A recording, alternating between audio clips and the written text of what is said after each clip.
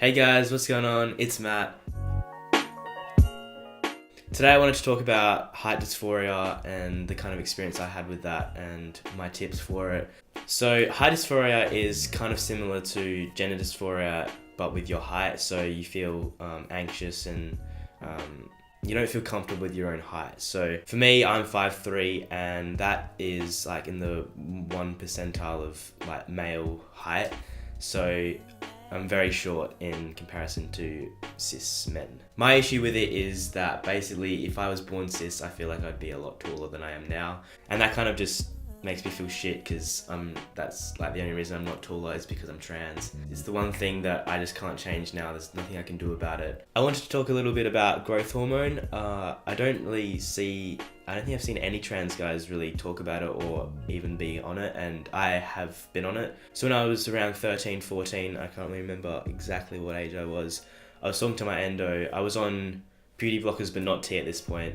I was talking to my endo, and at that point we looked at like the male and female growth charts of like where I should have been, and on the female one I was in like the 30th, like bottom 30%, which was fine, like generally, like they wouldn't do anything about it. But on the male one I was in the like 1 percentile range of growth. So basically I went for a bunch of scans to figure out if my growth plates were still open, and luckily thanks to like puberty blockers that stopped them from closing fully, but they were only just open still. So we went back and forth on the idea of me going on growth hormone. However, because I was not in like the bottom 1 percentile of the female growth chart and I'm biologically female, the government wouldn't subsidize the cost of growth hormone. So if I was biologically male, I would have got it subsidized. But because I'm biologically female, they wouldn't subsidize the cost of growth hormone because I wasn't in the bottom 1% of the female growth chart. However, I did decide to go ahead with it because I was extremely short in my whole school. I was like literally the shortest person in my school. Growth hormone's kind of like a diabetes pen kind of thing that people with diabetes have. So it's just like a little pen thing that you like wind up and you stick it in your leg every night and then just inject a little bit of growth hormone into you. I was on that for about 6 to 9 months. And I did grow. I grew a few centimeters. However, like we weren't really sure if it was to do with the growth hormone or if I was just still growing. And also I tore my ACL, so I had to get surgery, which means it would mess up my growth plates anyway. So we decided to stop on that. And I haven't really grown much since, which kind of sucks. But yeah, it is what it is. I think it did help me grow a little bit. I grew about 3 centimeters on it, and that was only in like 6 to 9 months, and I hadn't really grown before that anyway. So on to kind of tips and more reasonable approaches of dealing with height dysphoria. So first I want to talk about shoes. Shoes are probably the best way to gain a few inches in height, obviously.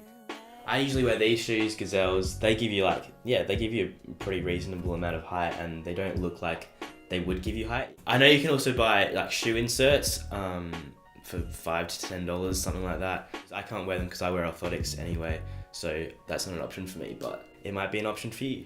Clothes are your best way of kind of giving the illusion that you're taller. So definitely wear more fitted clothes. I'm pretty bad at this because I like my baggy clothes, but if you wear fitted t-shirts that don't like go down to your knees and skinny jeans, you're gonna look a lot taller.